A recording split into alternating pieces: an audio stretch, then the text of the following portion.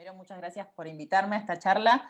Para mí es un placer que encontrarme con este espacio y sobre todo este espacio abierto para que mucha más gente se pueda encontrar con esta información de forma gratuita y que creo que es una información que debería estar al alcance de todo el mundo. Bueno, ahí Flor me presentó un poquito.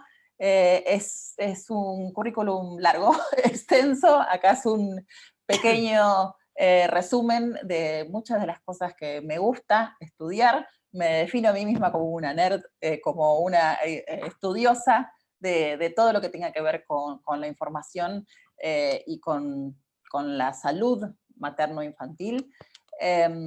Soy autora de 2 libros, de Los primeros 1000 días de tu hijo, que es el abordaje holístico del nacimiento, de la lactancia y de la alimentación de toda la familia, no solamente de los bebés, y de Fácil y Nutritivo, que es cocina para humanos de todas las edades. Que por ahí a veces ven y dicen puericultora y cocinera, ¿qué puede tener que ver una cosa con la otra?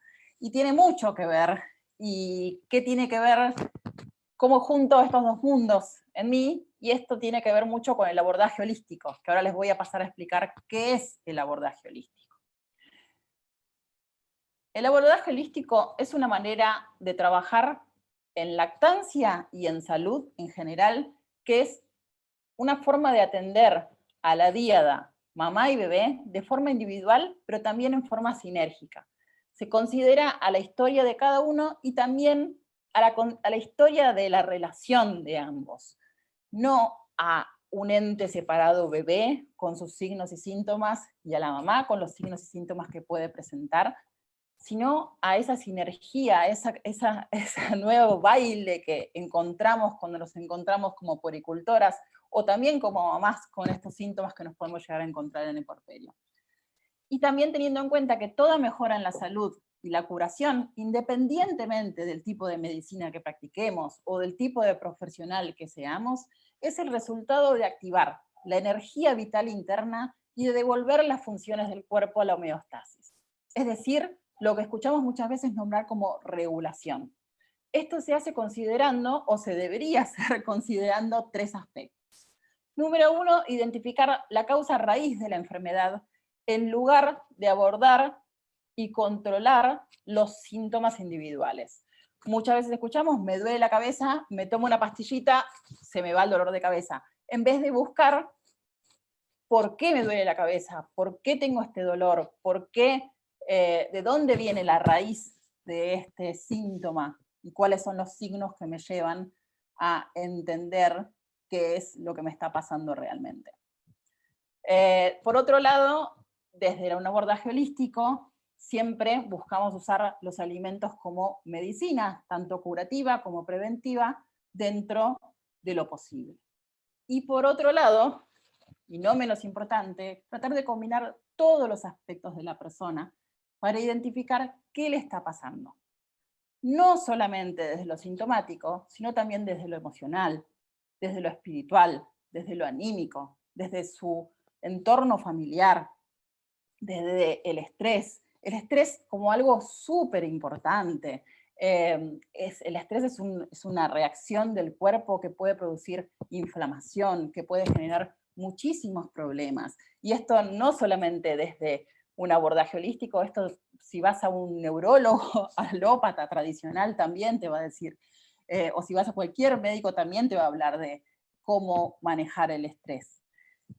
Los factores ambientales, los factores económicos, hoy, sobre todo hoy en día con todos los problemas que estamos teniendo a nuestro alrededor, todo lo que gira en torno a una persona puede afectar a lo que puede mostrar su cuerpo como un síntoma.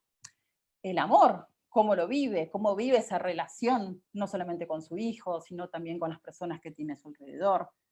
Su creatividad, cómo es su relación con el trabajo, cómo es su relación con la educación, cómo está su estado de salud mental, cómo es su historia de salud mental, todo lo que nos trae la maternidad, ¿no? Con nuestra salud mental, todo lo que nos pasó, todo lo que nos trajo el parto, el puerperio, son todas cosas que está buenísimo hablar desde que decidimos gestar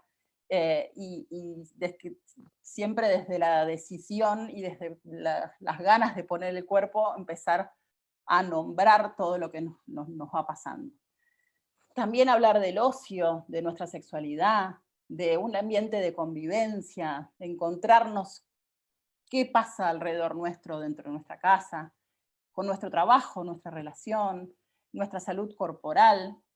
Y, por último, pero no menos importante, lo que por lo general me escuchan hablar más a mí, que es la alimentación. Entonces vamos a lo que hoy tenemos de título en esta charla, que son los 1000 días, que es el título que lleva mi primer libro. ¿Qué son los 1000 días? Es una ventana crítica de oportunidad. Es un concepto que evoca la acción. Tanto en el vientre materno como en los 2 años siguientes, el organismo del bebé es más sensible a las influencias del ambiente, tanto a través de la alimentación, los productos de limpieza, de cosmética, la polución ambiental, los químicos, los metales pesados, todos los exposomas, todas las cosas que están a nuestro alrededor pueden influir en nuestra salud, tanto presente como futura, pero especialmente en el momento de los primeros, tanto de la gestación como en los primeros 2 años de vida, el cuerpo del bebé es el momento que es más plástico, y por lo tanto todas las cosas que le pueden afectar en ese momento van a generar efectos a largo plazo. Intervenciones sutiles son recomendables y tienen efectos duraderos. Durante este periodo de 1000 días, las deficiencias nutricionales pueden alterar el desarrollo inmunológico, cognitivo y físico, que puede llegar a conllevar a retrasos en el crecimiento y déficit de aprendizaje. Hoy en día nos podemos encontrar con algunos autores que hablan de 5 trimestres, ya no más de 3 trimestres, que son los que conocíamos los que hablamos durante la gestación. Hablamos de 3 trimestres previos a la gestación, de los que deberíamos, si podemos planear dicha gestación, empezar a preparar nuestro cuerpo para que esté listo para poder ayudar a crecer ese bebé lo más saludable posible, y un trimestre posterior, durante el puerperio, y si pudiéramos estirarlo lo más posible. ¿Por qué? Porque muchas veces escuchamos, hay que tener mucho cuidado con lo que comemos durante el embarazo, porque es como muy clara la relación entre lo que comemos y lo que le llega al bebé, y casi podemos como imaginarnos, ¿no?, como una línea de lo que comemos y lo que le pasa al bebé a través de la placenta. Y después cuando nace el bebé escuchamos, bueno, podés comer lo que quiera, total, a través de la teta no pasa nada. Y es una explicación un poco larga que no viene al caso ahora, pero también yo me pongo a pensar siempre, pero después ese bebé a los 6 meses tiene que empezar a comer, y esa mamá tiene que estar lo más saludable posible para poder dar la teta, y si bien lo que pasa a través de la teta no es tomo soda y le va a pasar gas, sino la salud intestinal de esa mamá tiene que estar lo mejor posible para que esa microbiota intestinal, que es la colonia de bacterias que habita dentro nuestro, esté lo más saludable posible. Tenemos que tratar de que esté lo mejor posible para que sea un continuum de salud durante estos 5 trimestres, el trimestre anterior al embarazo, durante el embarazo, y después esos 6 meses previo a que el bebé empiece a comer, también seguir continuando esta alimentación saludable. ¿Para qué? Para que después, cuando el bebé empiece a comer, no nos encontremos con esta situación de, uy, empieza a comer mi bebé y no tengo la menor idea que darle de comer porque yo como cualquier cosa y el bebé tiene que comer lo mismo que yo. Entonces, encontrarnos con esto. Y ahí empieza esto que yo les decía, ¿qué tendrá que ver una puericultora cocinera? Bueno, sí tiene mucho que ver, porque podemos hablar mucho de teorizar sobre alimentación, pero después hay que llevarlo a cabo. Y esa es la parte más difícil, porque muchas de las personas con las que nos encontramos y con las que le damos talleres de alimentación y de cocina, cuando le preguntamos cómo es tu historia con la alimentación, nos cuentan que cuando eran chicos nunca jamás los dejaron entrar a la cocina. Nunca jamás su mamá, su papá los vieron cocinar. Entonces tenemos que desandar un montón de historia de generaciones que nos perdimos de ver a nuestras familias cocinar. Volviendo a los 1000 días y un poquito esta explicación del concepto, el tamaño del cerebro de un niño de 3 años equivale al 85% del tamaño final del cerebro de un adulto y su actividad, medida como consumo de glucosa, es similar a la de un adulto. O sea, a los 3 años ya tiene casi el 85% del cerebro que va a tener para el resto de su vida, para que se den una idea. El consumo de los nutrientes adecuados es fundamental para facilitar el crecimiento y desarrollo, no solamente del cerebro, sino también de todo su organismo.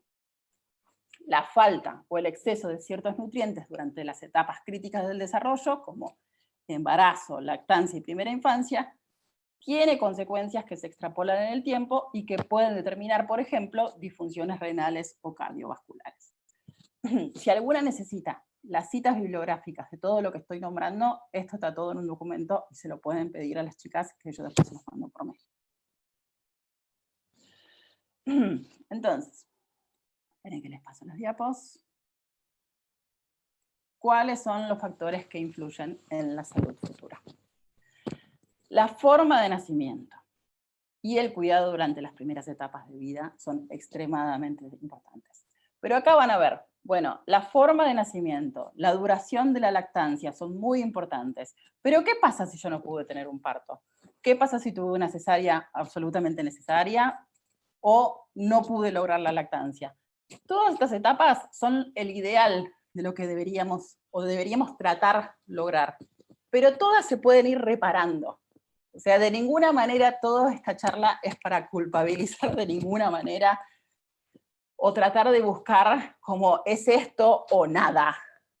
Siempre vamos a buscar la manera, y de hecho quédense por favor hasta el final, porque vamos a buscar las herramientas para poder maternar y paternar en el contexto actual y encontrar sus propias maneras de maternar.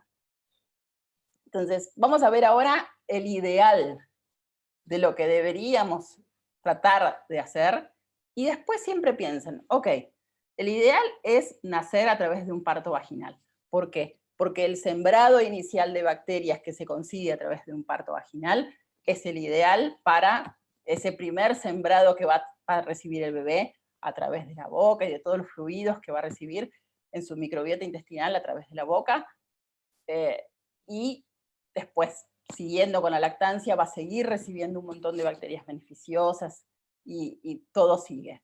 Si eso no se logró, después seguimos teniendo más ventanitas de oportunidades que se van abriendo. Factores emocionales. No es solamente lo que entra al cuerpo a través de alimento. El factor emocional es extremadamente importante y ahora vamos a seguir hablando de eso un ratito. Una crianza respetuosa, con amor, con interacción con personas adultas y otros niños y suficientes estímulos creativos. El reforzamiento de los vínculos primarios y la reducción de la violencia en la niñez no solo van a tener un impacto generacional, sino también transgeneracional. Y por el contrario, situaciones de abuso o violencia, o menos dramáticas, como un entorno familiar difícil, constituyen para los hijos un factor de riesgo de depresión, ansiedad, alcoholismo, diabetes y enfermedades cardíacas en la edad adulta. Los factores ambientales, como ya nombré varias veces, como por ejemplo contaminación, exposición a químicos, pesticidas, productos de cosmética, o limpieza, potencialmente tóxicos, o productos de limpieza, como por ejemplo los productos antibacteriales, que matan el 99.9% de las bacterias, las malas, pero también las buenas, que por ahí son necesarias, pero también hoy en día que estamos con esta cosa de que queremos súper limpiar todo, a mí me preocupa mucho qué va a pasar con nuestra salud, con nuestra microbiota intestinal, con esto de que queremos sanitizar todo al 100%. Que quizás lo que necesitamos es limpiar las manos y mantener la distancia, estar en espacios abiertos, pero no rociar todo con antibacterial por todos lados. La alimentación de la madre previo a la gestación, esto que les decía de los 5 trimestres, es tan importante como la alimentación durante la gestación y durante la lactancia. Y después, continuando, la alimentación del niño durante sus primeros días, la lactancia y la introducción de sólidos. Se activó un micrófono, ¿no? La introducción de sólidos a tiempo apropiado y las comidas apropiadas.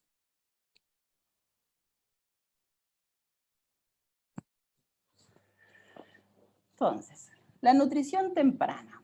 Esta es una diapositiva de una clase de la Escuela Argentina de BLW que me gustó mucho y se las quería compartir, que se la sumé a la clase que doy habitualmente de los primeros 1000 días, que me pareció muy interesante como lo resumían Sabri y Nay. La leche materna es la nutrición por excelencia para los recién nacidos y los niños pequeños, no solamente para los recién nacidos. La duración de la lactancia es hasta que la mamá y el bebé lo decidan. Y promueve además un desarrollo óptimo para la microbiota intestinal. La lactancia materna mejora la salud de los niños y niñas actual y futura. Y también tiene un impacto demostrado en la salud en la vida adulta. La microbiota intestinal de los niños se forma en un 60 o 70% en los primeros 3 años de vida. O sea, esa colonia inicial de bacterias se va a formar en los primeros 3 años de vida, o sea, en los 1000 días. La microbiota que tenés vos, adulta, hoy en día adulto, que me parece que tenemos un nombre, hoy en día la tenés en el 60%, casi 70%, la traes desde tu infancia. O sea, lo que te pasó en tu infancia, en tus primeros 3 años, es la que mantuviste en ese 60-70%. El restante 40-30% es el que podés modificar con tus hábitos como adulto. Solo ese poquito. Entonces, por eso es tan importante lo que hacemos en esos primeros años. El establecimiento de prácticas alimentarias saludables desde edades tempranas promueve patrones de alimentación permanentes que tienen un papel preventivo en la aparición de enfermedades crónicas. Y la leche humana y microbioma. Esto, como también dice Sabri Krisepan, muchas veces suena a ciencia ficción, pero no lo es. La leche humana ni siquiera debería considerarse un alimento. La leche humana es un trasplante de células madre, de células vivas. Es un tejido vivo que pasa, nosotros fabricamos el alimento que le podemos dar a nuestros hijos, que está cargado de una cantidad de bacterias inmunoglobulinas, de células madres. Si lo pudiéramos ver todos en un microscopio, quedaríamos tan maravillados que no lo podríamos creer. Es la principal condición para la adaptación del ser humano a la vida extrauterina. Es un tejido vivo, es un trasplante de células inmunológicamente activas sin rechazo. Incluye células madres. Entre 10.000 y 13.500.000 células por mililitro, dependiendo de varios factores, por cada vez que le das la teta a tu bebé. En infecciones de madre-hijo aumenta significativamente las células inmunes. Este aspecto puede ser utilizado para el diagnóstico precoz de mastitis. O sea, se puede hacer cultivos de la leche para diagnosticar. Y les prometo que estos son los últimos datos duros que les voy a dar, y ahora vamos a cosas más divertidas para charlar, pero les quería hacer primero una introducción con todo esto, y ahora vamos a hablar un poco de cosas más divertidas. Entonces hablemos un poquito más del concepto de salud génica. Para mí, entender esto de genética y epigenética, la mejor manera es entenderlo como un switch de luz, como una tecla de luz que podemos prender y apagar.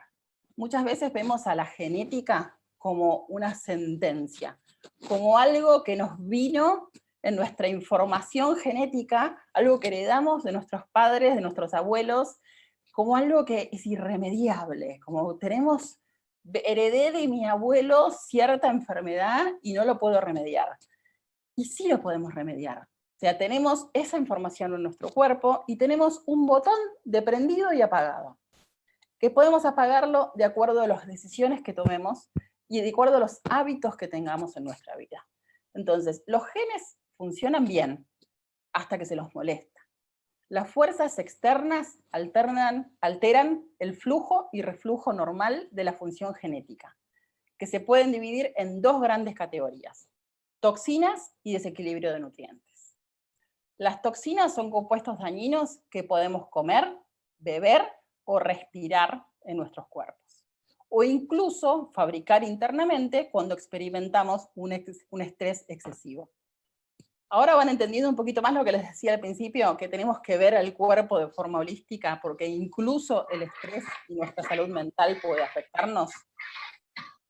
Los desequilibrios de nutrientes generalmente se deben a deficiencias, falta de vitaminas, minerales, ácidos grasos u otras materias primas necesarias para hacer funcionar nuestras células. Es posible que no tengamos control sobre la calidad del aire que respiremos. Es posible que no podamos abandonar el trabajo que tenemos para reducir el estrés, ni que no podemos cambiar la madre de la que nacimos, ni cómo nacimos. Venimos de una generación en la que la mayoría nació por cesárea. Pero sí tenemos control sobre cuál puede ser la clase más poderosa de factor regulador de genes. Esto que les decía de cómo prender y apagar los genes. Eso es la epigenética. Y una de las formas más fácil de prender y apagar los genes es a través de la comida. Algo que hacemos varias veces por día. Entonces, culpamos a la genética de las enfermedades modernas cuando la nutrición y el estilo de vida puede prender o apagar las expresiones de los genes. No podemos modificar la expresión epigenética de generaciones anteriores, pero el futuro sí está en nuestras manos. Si lo podemos hacer desde un lugar tan cotidiano como la comida y las elecciones de vida, ¿por qué por lo menos no intentarlo? Entonces ahora vamos a, bueno, pero entonces ¿qué hago? ¿Qué como? Pero porque si escucho en un lado una cosa, si escucho en otro lado me dicen otra, pero que el aceite de esto sí, que el aceite de esto, lo otro no. ¿Qué comemos? Vamos entonces a simplificarlo lo más posible. Hoy no es una clase de nutrición, porque sería mucho más largo y mucho más complejo de explicar. Entonces vamos a lo más viejo, lo más antiguo. Vamos a las tradiciones. A cómo no equivocarnos en las elecciones que hacemos. Entonces pensemos mucho más atrás. No pensemos en el médico, la nutricionista, en la influencer que nos habla en las redes. Vayamos a lo tradicional, mucho más atrás, muchos millones de años atrás. Entonces, hoy somos menos saludables que nuestros antepasados, a pesar de alardear de una mayor esperanza de vida. A mediados del siglo pasado, la ciencia convenció a las personas que comer saludable era comer comida relativamente insípida. Y la industria de la alimentación, ni lerda ni perezosa, tomó este mensaje y nos empezó a bombardear con productos que, si bien prometían ser bajo en grasa, que era el enemigo número 1 del siglo pasado, y sigue siendo hasta bastante ahora, seguimos viendo muchos profesionales que dicen, no, todo bajo en grasa, y todo bajo en grasa no tiene gusto a nada. Pero para hacerlo todo en bajo en grasa le tienen que agregar un montón de otros aditivos que le daban palatabilidad, o sea, sabor. ¿Cuáles son esos? ¿Qué le tenían que agregar? Azúcar u otros edulcorantes sintéticos. ¿Qué problemas trajo esto? Un montón de otras enfermedades crónicas que vemos hoy en día, como una gran epidemia de diabetes, una gran epidemia de cáncer y de muchas otras enfermedades que vamos a ver, como enfermedades cardiovasculares, colesterol y demás. Que si vemos la lista de las enfermedades que más mortalidad encontramos hoy en día, las vamos a encontrar seguro primeras. La dieta humana, históricamente, es óptima. La dieta humana óptima de por sí está llena de nutrición y de sabor.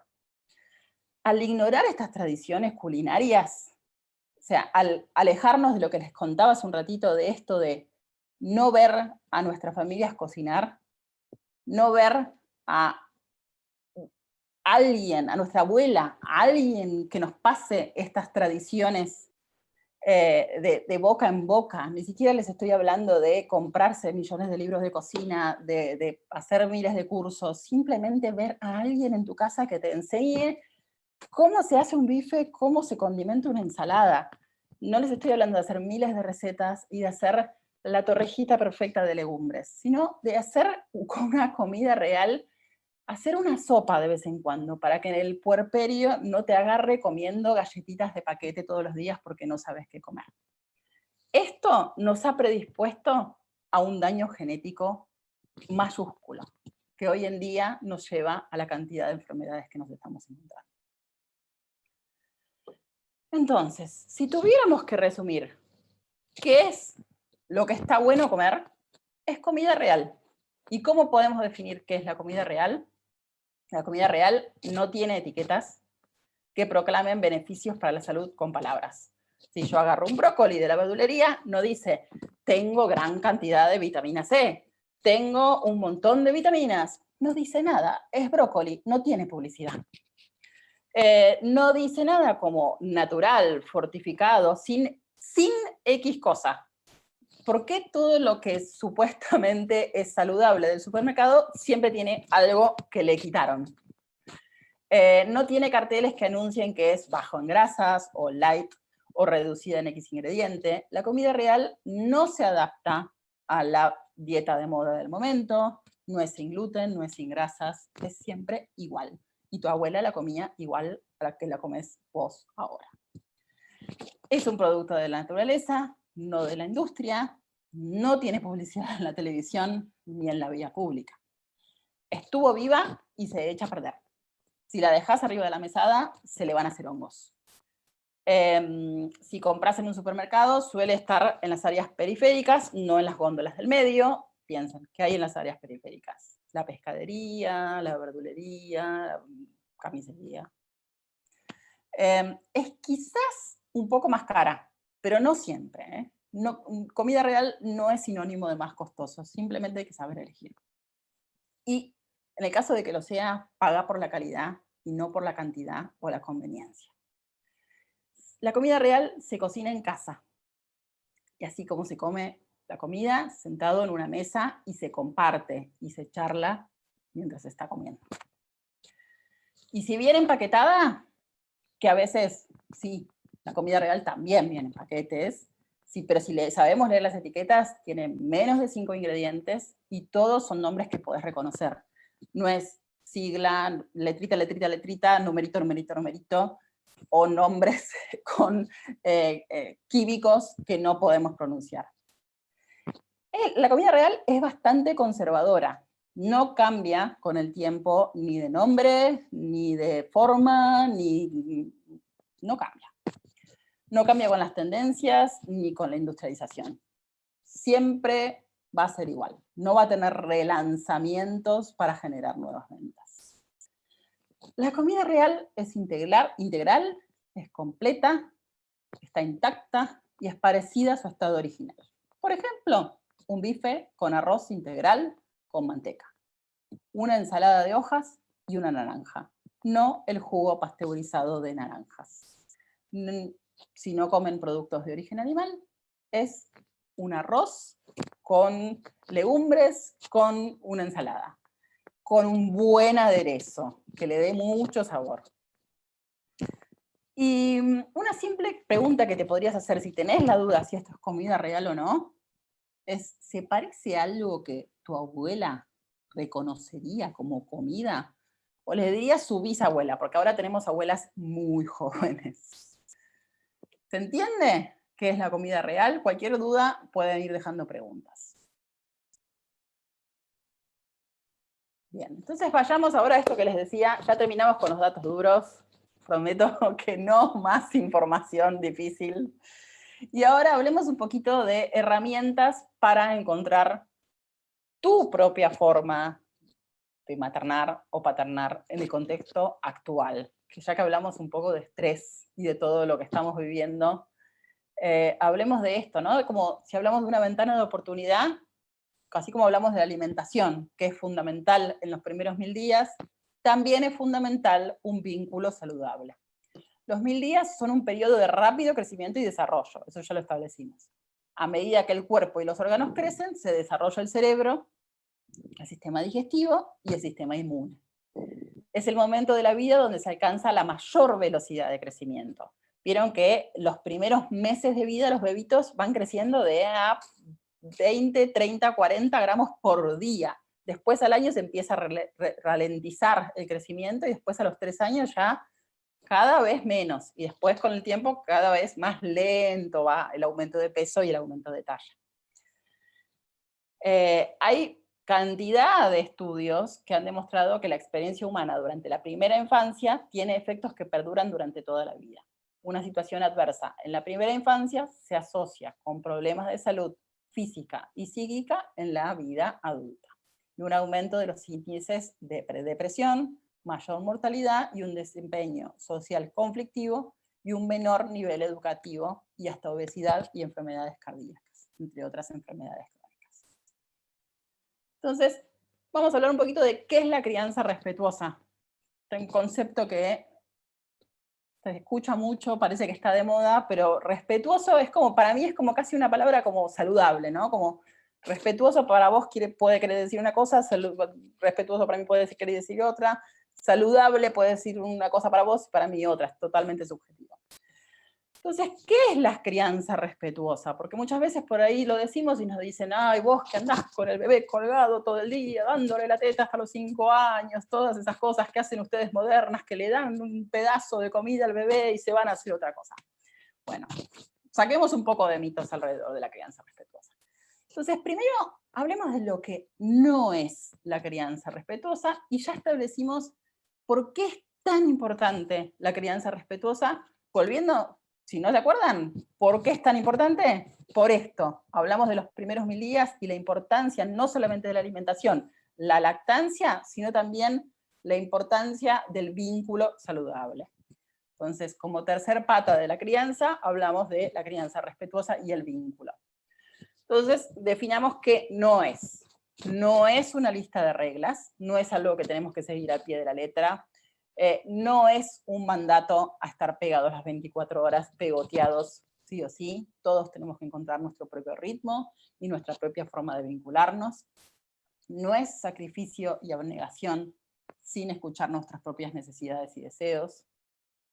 Y así como el movimiento libre no es dejarlos que se trepen a cualquier lado que sea peligroso solo en nombre de la libertad y la crianza respetuosa, la crianza respetuosa no es dejarlos hacer cualquier cosa sin presentar un encuadre y límites. Entonces ahora vamos a, ¿qué es la crianza respetuosa?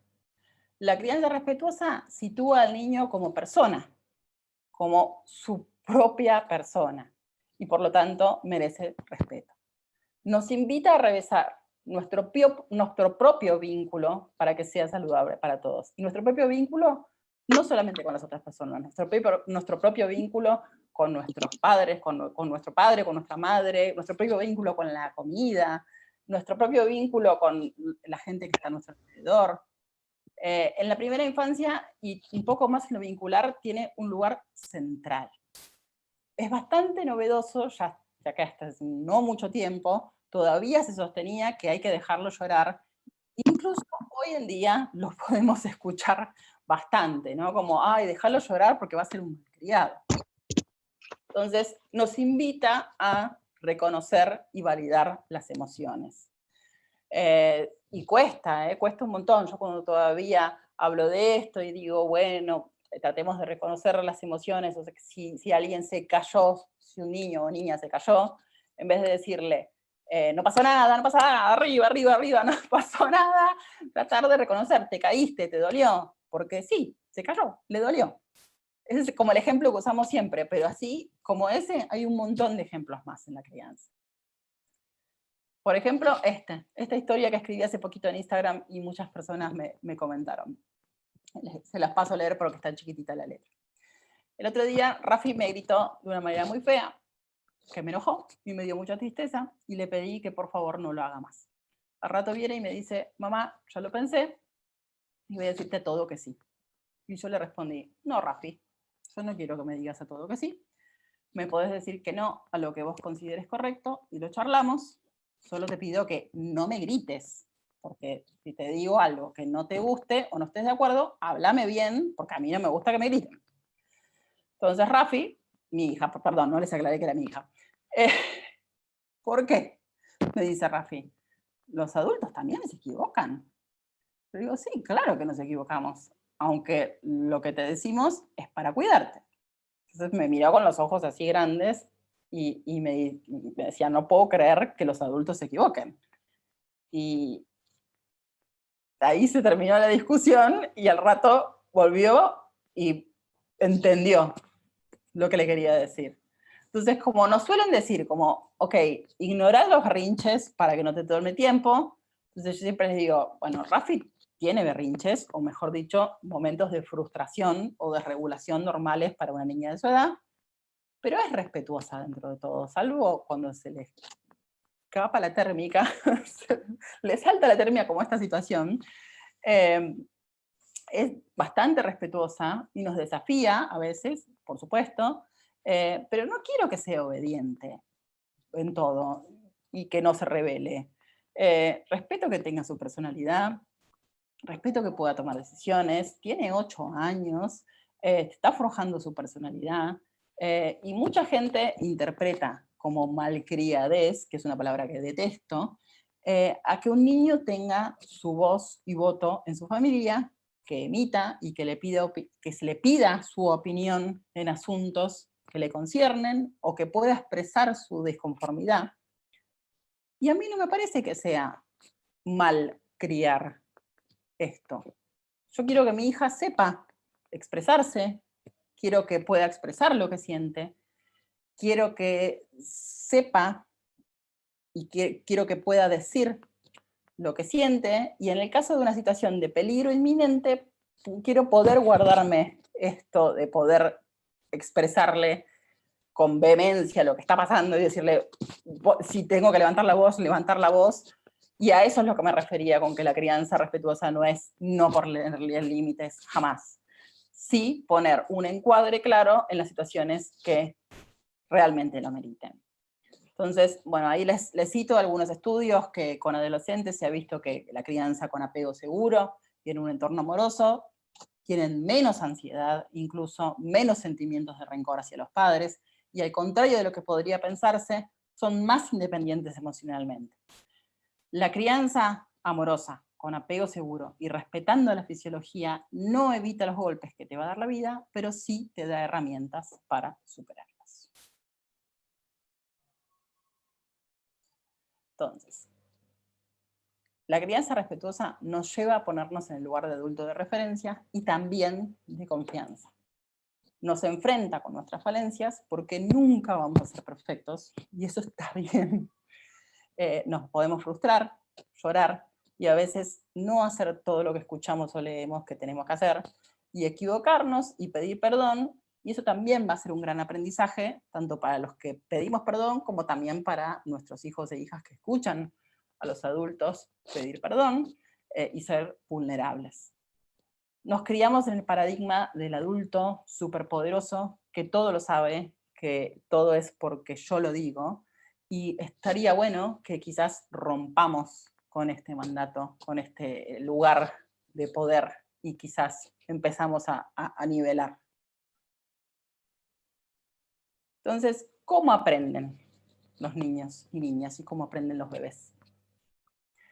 Si yo paso el plomero, yo limpio el piso, mi hija va a querer hacer lo mismo. Si yo como acelga, si yo como verduras de hoja verde, después de como 18.000 veces, no después de 2 o 3, después de como 18.000 veces de verme comer acelga, ella lo va a querer probar. Entonces, muchas veces cuando me preguntan, ¿cómo hago para que mi hijo o mi hija haga X cosa? Llámese mirar menos tele, comer verduras, tomar agua en vez de gaseosas, ordenar su cuarto, lo que sea. Puede llevar tiempo, pero el aprendizaje en la niñez es en gran parte a través de la imitación. Entonces, ¿qué nos trae la crianza respetuosa, como les decía antes?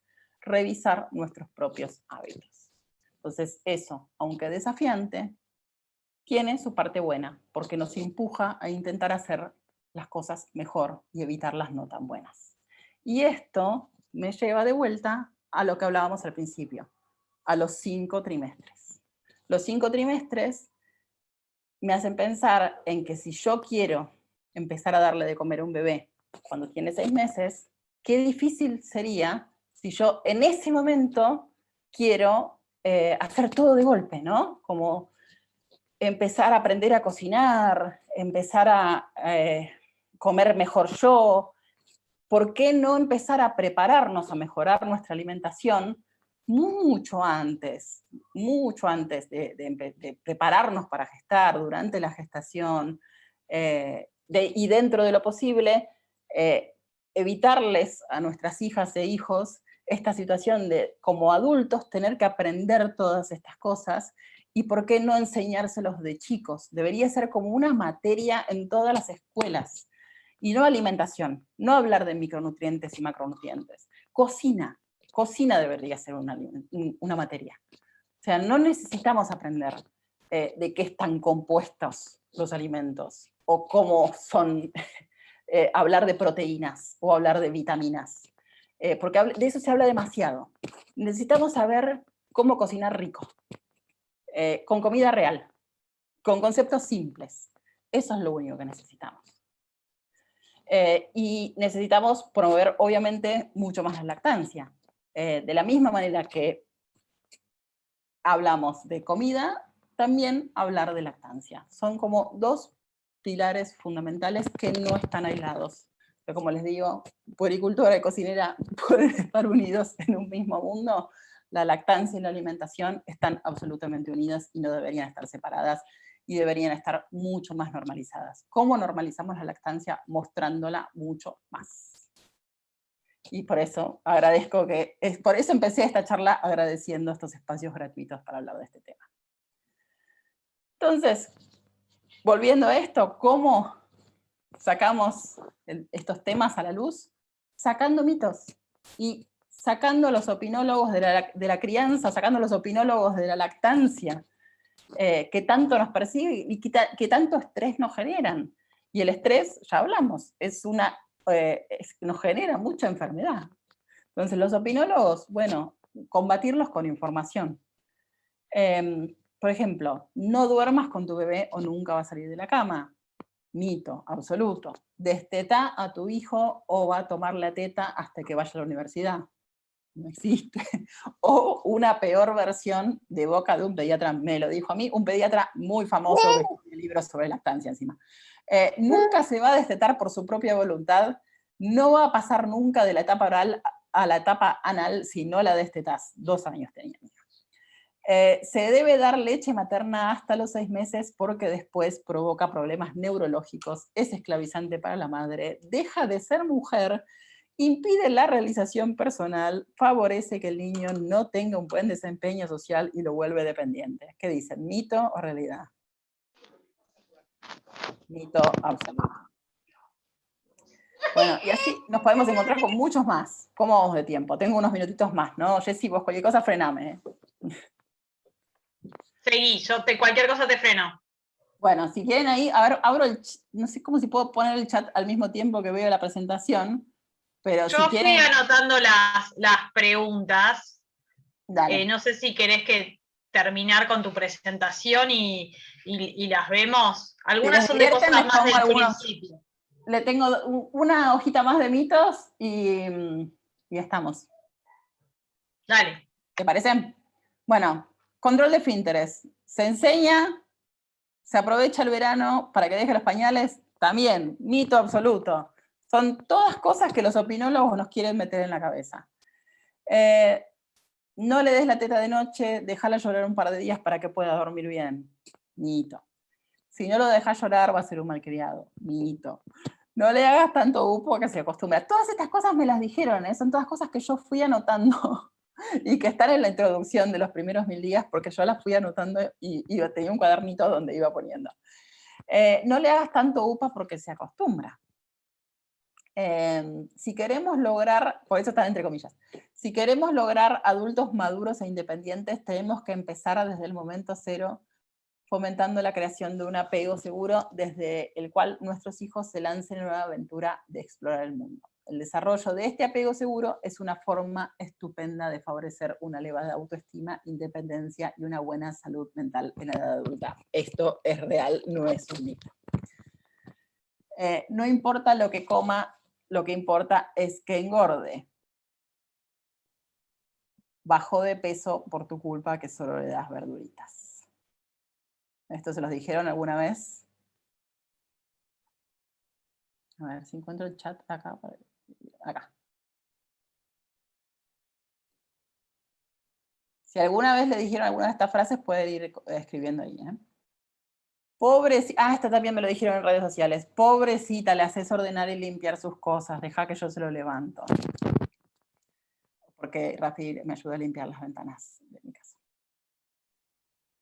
Tienen que separarse un poco para que sea más independiente. En los primeros meses, yo caí en esta trampa varias veces por ignorancia y me iba sin avisarle o inventaba salidas para poder tomar distancia. ¿Funcionó esto? No, todo lo contrario. Hasta que no logramos sanar esta etapa de puerperio, tuvimos un apego bastante disfuncional, en la que creía que tenía que pasar algunos ratos alejada de mi hija, y nos fue muy difícil encontrar espacios para que la dejara sin que fuera traumático. Y una vez reparado esto y con mucha charla y paciencia, todo fue mejorando y pudimos separarnos ocasionalmente y encontrar espacios de disfrute para todos, independientes. Y una frase que todos deberíamos desterrar es para cuando el hermanito, no sé si les pasa, no sea cosa que un hijo único sea una tortura. Entonces, a los opinólogos de la crianza, yo les diría a todos que se pregunten antes de opinar, antes de decir alguna de estas frases, ¿tengo derecho a opinar? Y primero preguntémonos, ¿estoy realmente informado? ¿Es sumamente necesario que otras personas reciban mi opinión? Y después recién ahí, que opinen. Y por último, para cerrar con esta Jessy cierro y vamos con las preguntas, les recuerdo que no hay forma correcta o incorrecta de concebir o parir a un bebé. No hay forma incorrecta de criarlo si se hace con amor y sin ninguna forma de violencia. No hay forma incorrecta de sentirte después de tener a tu bebé. Es como aprender un baile nuevo.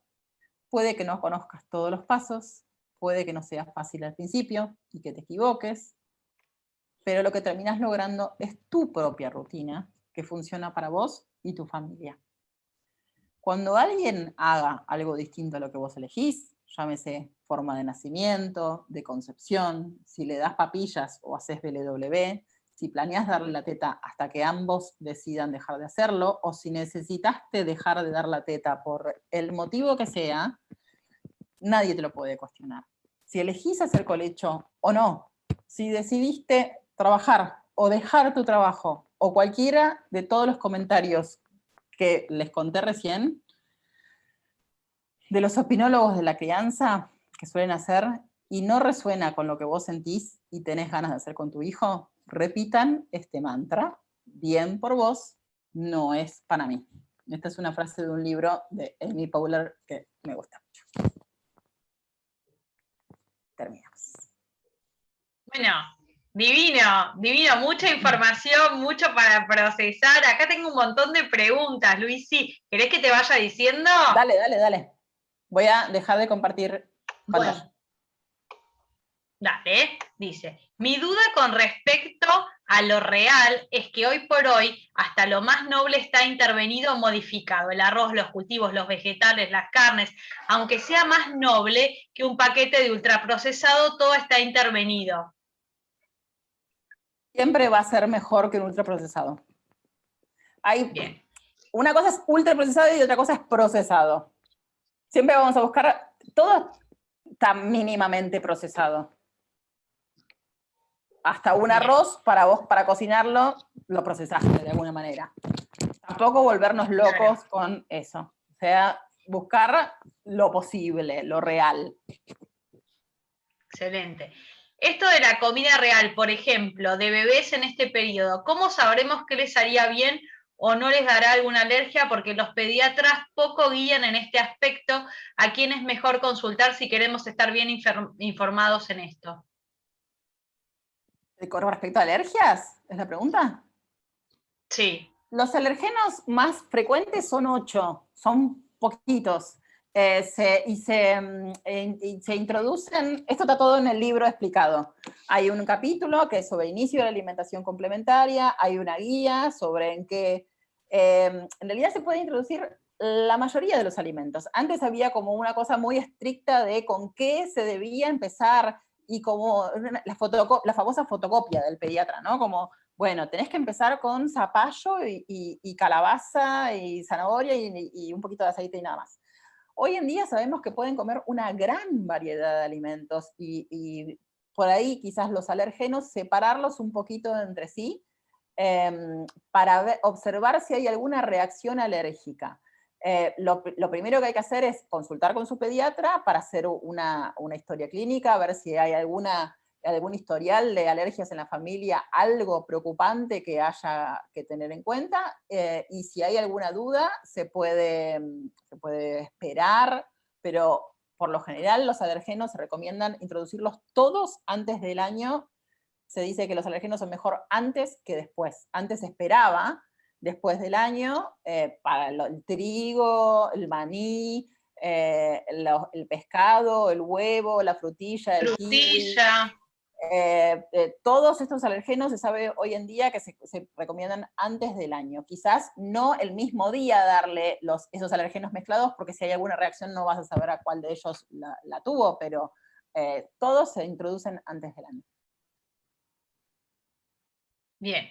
¿A partir de qué edad es conveniente suplementar con vitamina B12 para una dieta vegetariana?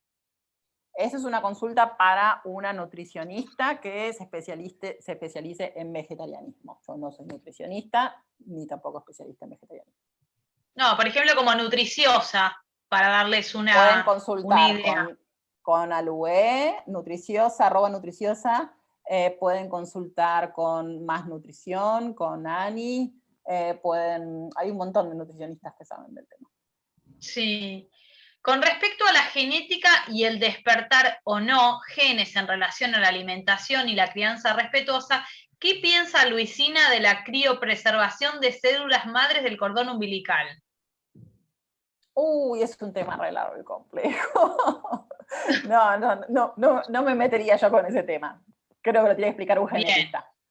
Acá te agradecen por la charla, hermosa la charla, sobre la crianza respetuosa. Siento que para lograrla hay que hacer un trabajo súper profundo, ya que al menos a mí me pasa que yo estoy convencida de querer darle la mejor crianza, pero cuando me enojo por algo me trae repetir sin querer los patrones con los que yo fui criada, gritos, enojos, etc. Absolutamente. Nos trae todo con lo que nos criamos y nos enfrenta, nos pone ante un espejo de todo lo que nos pasó. Por eso les decía que esto, ¿no? Ver el global de toda nuestra historia, ver el global de nuestro vínculo, no solamente, o sea, como poricultoras, porque sé que somos muchas poricultoras hoy, como poricultoras, ver no solamente el vínculo de esa mamá con ese bebé, ver también esa historia de ese vínculo, ver cómo llegó ese bebé a esa familia, ver un montón de cosas, no solamente el síntoma, ir a curar esa grietita, esa obstrucción, eso que está pasando específico ahí, sino ver mucho más allá en el global. Te siguen felicitando acá, te dicen la lucha interminable con los opinólogos. Oh. Luis, te quería consultar por lactancia. ¿Crees que es importante la consulta con poricultora en el embarazo? En caso de que sí, ¿a qué altura del embarazo? Estoy de 22 semanas y me da miedo no saber qué hacer. Yo le deseo a todo el mundo que tenga una dula, para empezar. Me parece que es algo que ojalá que todas las que pudieran la tuvieran. Entonces, empezando por ahí, si pueden tener una dula lo antes posible durante la gestación, y después tener una consulta con una pueri, no sé cuándo dirías vos, yo más o menos alrededor de la mitad del embarazo para adelante, les diría. Sí, de la mitad del embarazo para adelante, tal cual. Tal cual. Cuando tengan Acá ganas. Depende de como sí, mucho de su eso historia, también. ¿no? De cuánto vaya para trabajar y cuánto vaya para charlar. Claro. ¿Qué opinás sobre los entrenamientos respetuosos del sueño infantil? Un poco te escuché hablar, pero ¿qué opinás? Una cosa es el entrenamiento del sueño, que no me parece que es algo que se pueda entrenar, porque el sueño es algo que no se aprende, sino que es algo madurativo. y otra cosa es un destete nocturno, que muchas veces se confunde, ¿no? Como esas dos informaciones. Un destete nocturno hecho con el asesoramiento personalizado, ojo, personalizado de una poricultora, no con tips tomados al azar, me parece que es algo interesante y una herramienta importante para muchas familias. Bien, acá te dicen que van a decir el mantra.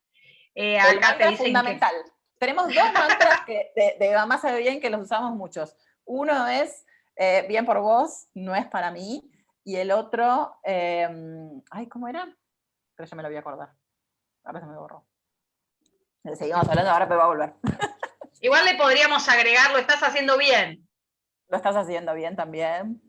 Pero ese es de Debbie. Bueno, no importa, lo tomamos. Bueno, acá te dicen que quieren el libro, lo pueden conseguir, obvio, está disponible. Creo que el libro va a estar Acá... con descuento en formato ebook en mayo.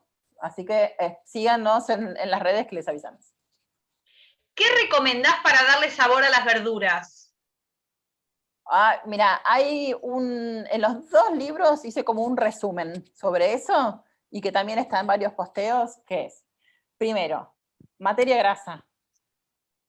Porque tenemos como esta fobia, ¿no? A la grasa fobia de no cocinar con grasa, no cocinar con aceite, no cocinar con nada. ¿Cuánta cantidad de aceite, la cantidad incidental que necesites para darle sabor y para que no se te pegue? No es que tampoco vamos a freír todo en cantidades industriales de aceite. Técnicas de cocina, aprender distintas técnicas de cocina. Salteado más vapor es una que nos gusta mucho. Después, cantidades incidentales de sal para darle sabor, especias y una técnica de cocción que sea rica. Basta de la tiranía de todo el vapor. O hervido. O hervido, peor aún. ¿Cómo darle sabor a las comidas sin sal ni azúcar para un bebé que no come bien? Polvo de hongos es la respuesta. Excelente. Lo ¿Y pueden ese buscar que hay de umami? El umami, bueno, el polvo de hongos es el primer, el umami, para que los que no saben qué es el quinto sabor. O sea, los sabores que aprendimos en la primaria, en la escuela, bueno, hay un sabor más, en realidad hay dos más, está el kokumi también. Bueno, yo les dije que era nerd, ¿no? Bueno, me gusta investigar mucho sobre los sabores. Hay un sabor que se llama umami, que en japonés quiere decir delicioso, que hace que todo sepa mucho más rico. Y podemos encontrarlo en la industria a través de químicos que le agregan a los alimentos para que todo sea mucho más rico, o podemos encontrarlo a través de ciertos alimentos que de forma natural. Entonces, nosotras hicimos algunos condimentos que le pueden agregar a las comidas, o ustedes lo pueden encontrar en algunos vegetales, por ejemplo, la remolacha, los espárragos, o incluso en un poquito de queso rallado, hace todo más rico, o los tomates cuando están secos, esos tienen sabor umami. Todo eso está Bien. escrito en Te siguen felicitando un montón, te dicen qué linda charla, gracias a Nursiquera, a Luisina. Después acá te dice Cami que usa el mantra, hoy no es siempre. Ese es de Sabri, estábamos todos los mantras. Sí. Hoy la cité mucho a Sabri. Sí, es bueno darles alimentos con algo de sal, y en este caso, ¿qué tipo de sal? Depende a quién, a qué edad. Claro, digamos, los niños pequeños no deberíamos agregarle ni sal ni azúcar. No. Y después del año, 2 años, todos necesitamos un poquito de sal. Claro. O sea, porque también ahí entramos como en yo como todo sin sal adulto, como si fuera lo mejor del mundo, y en realidad todos necesitamos un poquito de los minerales de la sal. Poquito. Si no comemos ultraprocesados, ya nos estamos evitando todo ese sodio, así que... Acá te ponen, gracias por esta charla, no saben lo que me ayuda en particular, mamá primeriza con muchas dudas aclaradas, así que espectacular eso. Y eso que con los mitos lo fui así rápido y no aclaré cada uno, ¿eh? Pero tengo mucho para decir de cada uno. Esta es una duda muy común. ¿La mantequilla de maní cuenta como alergeno? Sí, ¿Cómo se dice? sí. Alergénico. Alergeno. Sí, la mantequilla de maní es una buena forma de introducir alergenos, y de hecho es el maní en países como Estados Unidos, que hay muchísima alergia al maní, pero muchísima, muchísima, muchísima alergia, se está recomendando como uno de los pocos alimentos a introducir antes de los 6 meses, como excepción absoluta antes de los 6 meses, como mantequilla de maní absolutamente diluida para evitar y generar anticuerpos para que no desarrollen alergias al maní. Pero lo estamos hablando como una excepción, no lo tomen como que los niños puedan comer mantequilla de maní, por favor, solo lo estoy contando como un dato para los que les interese este tema de alergias. Bien, beba de 10 meses puede comer panificados integrales hechos en casa y azúcar mascabo en ellos. ¿10 meses? ¿Dijiste? Sí. No, azúcar no. Azúcar mascabo, azúcar de coco, es todo. Azúcar es azúcar, es azúcar. Acuérdense de esa frase. Azúcar es azúcar, es azúcar. Todo Claro. es azúcar. No importa qué color tenga. Bueno, si les parece bien, Flor, damos cierre a esta parte y seguimos con lo que sigue. Dale, sí. Gracias a todas por conectarse y por escuchar hasta el final. Espero que les sirva y obviamente, si ya saben, cualquier duda, me escriben a través de Instagram, ahí tanto Caro como yo, siempre tratamos de responder todas las dudas que podemos. Y bueno, nos estamos viendo por ahí y bueno, muchas de las cosas que hablé hoy están en el libro, así que estén atentos a las historias, que seguramente en estos días sale un descuento del ebook como salió el mes pasado de Fácil y Nutritivo. Y gracias de vuelta a NursiCare por invitarme para este espacio. Gracias a vos.